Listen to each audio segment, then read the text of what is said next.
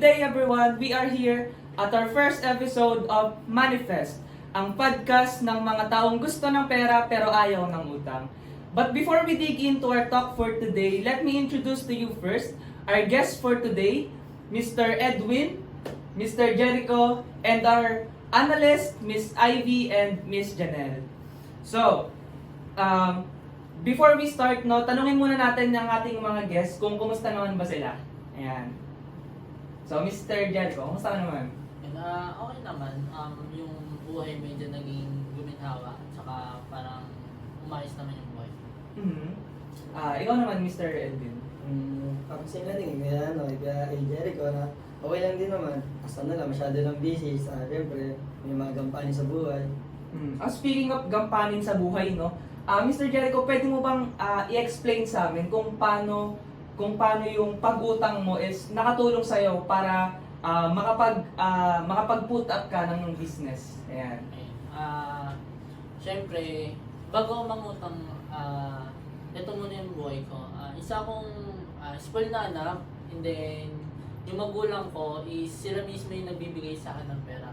So, wala akong alam sa pagbabudget, and then yung magulang ko, may knowledge sila doon. So, nag-budget sila, and then nag-invest sila sa isang lupa. And then yung lupa na yun, ayun yung pinamanan nila sa akin. Tapos sila lang din yung nabibigay sa akin ng pera. Kumbaga, wala akong pinagkukuha ng pera. And then, may dumating na trahedya na nawala yung magulang ko. So, syempre, bilang isang anak na spoiled, tsaka walang alam sa kung paano kumita ng pera, wala akong ibang naisip kundi manghiram.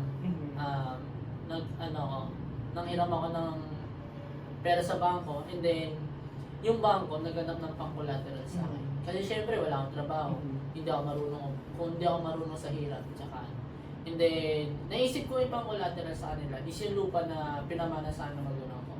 And then yun nga, pinuntahan ako sa bahay, siniyay ako, tinignan yung mga papeles ng lupa kung saan talaga nakapangalan. At na-aprobahan naman nila. So, nakahiram ako sa kanila ng kalahating milyon. Maximum na yun. Kasi syempre, kapag nanghiram pa ako ng 1 milyon, hindi na tugma sa collateral ko. Kailangan meron pa akong iba. So, kalahating milyon, malaking halaga na para sa akin yan. And then, nag-isip kagad ako, saan ko gagamitin yung pera? Yung perang hiniram ko. Hindi pwedeng puro gastos lang ako, puro sa luho ko. So, nag-search ako, paano ba dapat saan ko dapat gamitin. And then, naisip ko, gamitin yung ibang pera sa abono sa magtatayo ng isang farm. Kasi syempre yung lupa, collateral pa lang naman siya, pwede ko pa siyang gamitin. So, ginamit ko siya, nagtayo ng isang farm. Sa panahon kasi, nag-isip ako, sa panahon natin yan, ano ba yung dapat itanim ko sa farm sa yung mga nagagamit or Yes. yung kinoconsume natin. Yes. Ayan. And then, naisip ko, syempre, tag-ulan, mag-Weber months, nag-ano ako ng palay. Nag-invest ako ng abono, and then, syempre, sa sobrang laki ng pera ko, hindi pa yun naubos. Kumbaga, may nagtira pa rin sa akin. So, nag-isip pa rin ako ng ibang Pwedeng venture business. Pwedeng venture business. So, nakahanap ako ng murang food stall, and then, yun nga, yung Milkbang Magic, Milkbang Mochi. And then, nagka-aprobahan na franchise, and then, yun na yung nagiging, pinagkukunan ko ng income ko. And then, syempre, bilang isang tao, nandun yung basic pala yung knowledge ko. So, nandun yung income ko, yun yung ginagamit ko para bilhin sa wants ko. So, wala pa rin akong alam kung paano mag-budget. And then, yun nga, yung pera ko na yun, napupunta lang sa wants.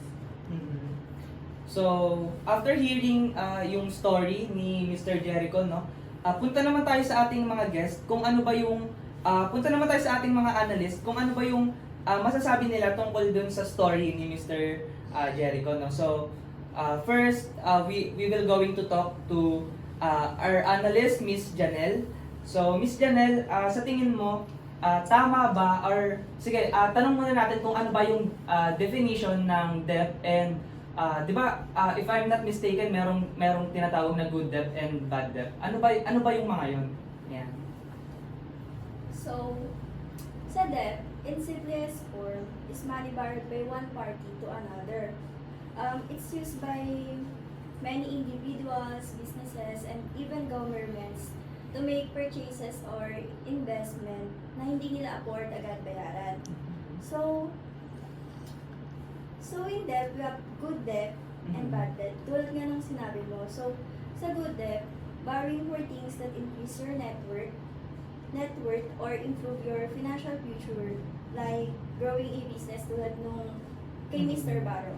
So, sa bad debt naman, ayun naman yung borrowing for things na nalolos agad yung value, tas hindi nag-provide ng long-term financial benefits tulad ng mga credit card for discretionary spending or loans for luxury items. Ayan, punta naman tayo ngayon kay Mr. Edwin. So, Mr. Edwin, as a chairman no, ng isang barangay, kwentuhan mo naman kami tungkol sa pagbabudget. Ayan. Good day sa atin lahat. Ayun nga, yung tungkol sa pagbabudget, yan, bilang barangay chairman at namumuno ng isang barangay, yan, yung pinakamahirap na part sa aming mga politiko, lalo na sa aming mga namumuno, kasi kami po ng barangay na ito, yung pagbabudget namin na dapat kapag kami nag-budget, dapat sure na siya, dapat ano na siya, para naka-specific na siya sa aming mga gagawin para sa aming barangay, sa aming mga programa, pati proyekto. Kasi kasama na rin dito yung mga necessity ng aming barangay, yung mga pangailangan na bayaran, tulad ng mga tubig, kuryente, yan, wifi, kasama na rin yung mga maintenance ng mga gamit ng barangay, at kasama na rin dito yung sahod ng mga empleyado. Kaya dapat yung gagawin namin budget, dapat ano namin dito yung, kaya anong talaga ito, pinagpupuyatan talaga namin to. Kasi yung pag-budget namin, ito yung gagamitin namin para sa isang taon. Nakuha na yung nilagay namin ng budget sa ganitong programa, sa ganitong proyekto, ilang kailangan namin gastusin na pera. Tapos ayun nga, syempre bilang po ng barangay, bilang parang lang din kami magulang, parang sa pamilya, di ba? Yung magulang nag-budget siya sa kanyang anak, gagastusin ng magulang sa pagkain, sa tubig, kuryente, tapos yung pag-aaral ng anak. Yun, tulad din ng punong barangay, ako, syempre magulang din ako ng aming barangay, ako yung nagpa-budget. Syempre, gusto ko rin pumunlad yung aking mga barangay. Ibig dapat, budgetan ko sila na magagandang mga proyekto at programa. Na magbe-benefit din sila, no? So, ang ganda ng analogy ng ating punong barangay, no? Sinabi niya na sa pagbabudget daw ng kanilang barangay is parang magulang yung ginagampanan nila na role. So, yung analogy na yon is parang tumutukoy sa kung paano dapat yung magulang pinapamahalaan or binabantayan yung budget nila para sa ikabubuti ng pamilya nila. So tanungin ulit natin si Mr. Edwin kung paano niya nababudget naman yung sarili niyang pera. Ayan. Ayun nga, kasi naman ako syempre bago pumunta sa punong barangay, syempre nag-aral muna ako. Ayun nga, yung sa pag-aaral, pag-aralan ko na merong 5-30-20 rule. Ayun, bilang syempre ako leader, dapat na-apply ko sa sarili ko yun. Ayun, na-apply ko yun, yung 5-30-20, yung 50-30. 50-30-20, yung 50% ginagamit siya sa mga necessary, mga kailangan sa bahay. Yan, pagbayad ko ng kuryente, ng tubig, ng wifi, tapos yun nga, pati sa mga sa pagpapaaral ko sa nila, tapos sa 30% yan, sa mga expense yan. Sa akin, bilang naman, sa sahod ko, siguro, pag ako sumasahod, sa expense ko, bumibili lang ako ng isang gamit. Na syempre, yung paghihirap ko, para paano, yung paghihirap ko, may nakita akong meron akong nabibili. Kumbaga regalo para sa regalo sa akin. Kaso minsan din sa expense ko, syempre, kasama na rin din yung pagtulong ko sa mga tao. Yung mga inabot ko, kaya may lalapit sa akin tulong, doon na siya papasok sa expense ko. Kasi kasi mabubuhay naman ako kahit wala yun. Kaso nga, syempre gusto kong tumulong. Kaya yung expense, doon siya papasok. Tapos sa savings, yun, syempre kailangan ko maglaan ng 20%. Kasi nga, di naman ako habang buhay na punong barangay Syempre, pag ako nawala sa politiko, wala na ako pagkukunin ng pera. Kaya kailangan pa rin siya mag-save. Kasi parang araw na din naman, magiging normal na tao lang din ako. Kaya kailangan ko rin mag-save para pag wala na ako sa pwesto, pwede na ako mag-start ng business. Tama, yun. Magandang mindset yun, no? So, punta naman tayo sa ating budget analyst, si Miss Ivy. So, Miss Ivy, siguro ilagay na lang natin sa pangkalahatang pananaw, no, or sa point of view ng marami. Ano ba yung budgeting, and paano mo magagawa ng maayos yung budgeting? Ayan. Now go to our budget analyst, Miss Ivy. Miss Ivy, ano ba yung definition ng budgeting, and paano mo ba may apply ng maayos yung budgeting? So, yes po, yung sa sinabi ni Mr. Chairman po natin is pag-manage po siya ng pera natin at pag-create po ng plan about our future po. So, involves din po dito yung pag-set po natin ng financial goals natin. Tapos pag-create po natin ng mga expected na income po natin at expenses. So, bali dito po may mga different categories po tayong hinahati-hati. So, sa bills po natin, sa savings, at pag-allocate po ng mga income natin sa mga different categories na yun. Yun yung sinasabi ni Mr. Edwin na 50-30-20 rule, tama Yes po, ba? yes. Okay. So, bale, pwede niya rin pong gamitin yung sa smart po. Ayan. So, with that, yung smart, ano ba yung definition naman ng smart? Sige. So, ang definition po ng smart is the specific, measurable, attainable, and realistic, and time-bound. So, pwede po siyang i-apply for financial planning po natin para maayos po yung pagkakasunod-sunod at hindi po tayo mag-expand sa limitations po natin. So therefore, yung SMART is applicable sa plano or sa magiging future plans pa ni Mr. Jericho, no? Tama po ba, Miss Ivy? Yes po. Ayan. So, Mr. Jericho, given na alam na natin kung ano yung SMART, which is yung specific, measurable, attainable, realistic, and time-bound. So, pwede mo yun mas may apply pa. So, tanungin natin kung ano ba yung SMART, no? Isa-isa. Kung ano yung specific and ano yung definition niya and paano siya nag-work. So, Miss Ivy. So, for specific po, dapat po alam po natin yung goals natin. Mhm. Para po measure po natin yung dapat na gawin o dapat na ilabas na pera. At sa attainable naman po is dapat achievable po yung gagawin po natin sa financial planning natin.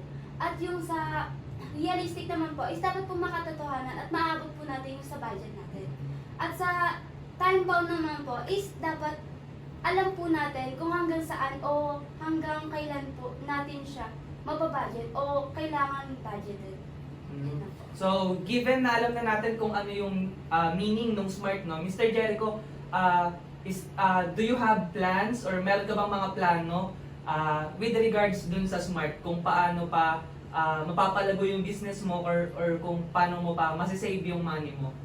Ayan. Yun nga, tulad ng sinabi mo, sobrang lahat pasasalamat ko sa sinabi mo kasi nagkaroon ako ng idea or ng kaaralan about dun sa sinabi mo. Kasi ako bilang isang businessman, hindi lang ako, hindi porket isang businessman, may malawak na yung kaalaman ko sa pag-business, sa pag-budget. Nandun pa rin yung sa sarili ko, yung mas na ko yung pera ko sa nagagastos ko sa mga wants ko lang. Kumbaga hindi ko siya na hahati kung sa 50-30 na sinasabi mo. Kumbaga sa akin kasi bilang spoiled na anak. So nandun siya gastos ako nandito, gastos doon. Kumbaga yung wala akong pake sa pera. Pero dahil nasa sinabi mo na yun, mas magagamit yung pera ko ng mas maayos at mas mapapalago ko pa siya. So, naging ganun yung input ni Mr. Jericho kasi nga kagaya nung sabi niya sa pagkukwento niya kanina, galing siya sa a very humble beginning kasi alam mo yun, nung nag-start siya ng business, hindi naman siya nag-aral talaga kung paano niya papamahalaan or kung paano niya pangahawakan yung business na yun. Bagkus is kumbaga binuo niya yun sa sarili niya lang based dun sa utang and wala siyang base knowledge, wala siyang knowledge wherein kung paano mag-handle ng business, kung paano patuloy na palalaguin yung pera, no? So, nakatulong or sobrang laking bagay nung sinabi ni Miss Ivy na SMART and yung sinabi naman ng ating chairman na 50-30 rule. And syempre, by definition na din ng good debt and ng bad debt ng ating analyst na si Miss Janelle. So, ayun, I think that ends our talk for today. Thank you very much to our guests and to our analyst. Ayan, so kaway-kaway tayo sa camera. Ayan. Thank you po, and this is Manifest, ang podcast ng mga taong gusto ng pera pero ayaw sa utang. I am your host, I am Ryan Richie Gonzalez, and bye-bye.